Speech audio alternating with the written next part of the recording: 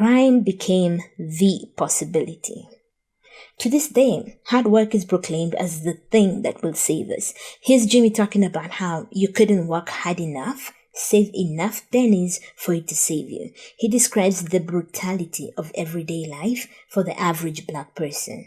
Quote, "For the wages of sin were visible everywhere, in every wine-stained and urine-splashed hallway, in every clanging ambulance bell, in every scar on the faces of the pimps and their whores, in every helpless newborn baby being brought into this danger, in every knife and pistol fight on the avenue, and in every disastrous bulletin.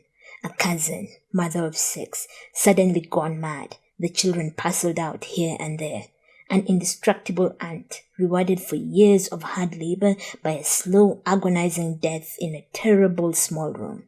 Someone's bright son blown into eternity by his own hand. Another turned robber and carried off to jail. It was a summer of dreadful speculations and discoveries, of which these were not the worst.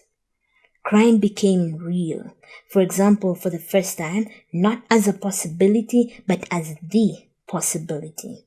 One would never defeat one's circumstances by working and saving one's pennies. One would never, by working, acquire that many pennies. And besides, the social treatment accorded even the most successful Negroes proved that one needed, in order to be free, something more than a bank account. One needed a handle, a lever, a means of inspiring fear. Neither civilized reason nor Christian love would cause any of those people to treat you as they presumably wanted to be treated. Only the fear of your power to retaliate would cause them to do that, or to seem to do it, which was and is good enough. There appears to be a vast amount of confusion on this point, but I do not know many Negroes who are eager to be accepted by white people, still less to be loved by them. They, the blacks, simply don't wish to be beaten over the head by the whites every instant of our brief passage on this planet."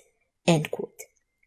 I really love that line. What black people want is not to be accepted or loved by white people.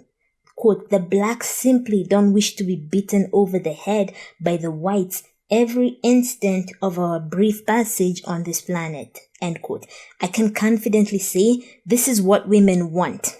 Listen, men don't have to love us. Just stop making this place unsafe for us. Stop making it impossible for us to walk at night without fear. Stop making it normal that 1 in 3 women globally will be physically or sexually assaulted. Stop making it normal that the average married woman is in an unhealthy, often abusive relationship where she does majority of the work, is coerced into sex, and overall experiences a positive bump in her quality of life after swearing off men. Just stop making this place hell on earth for us, period.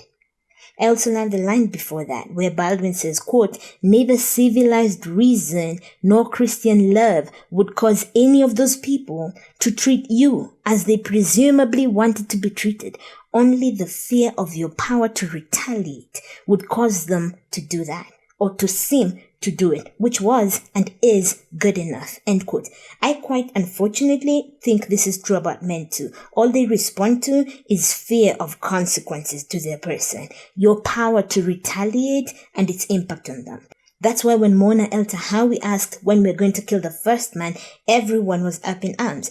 It's also why Bancroft and Evan Stark both say consequences and the threat of going to jail are what work best to deter abusers.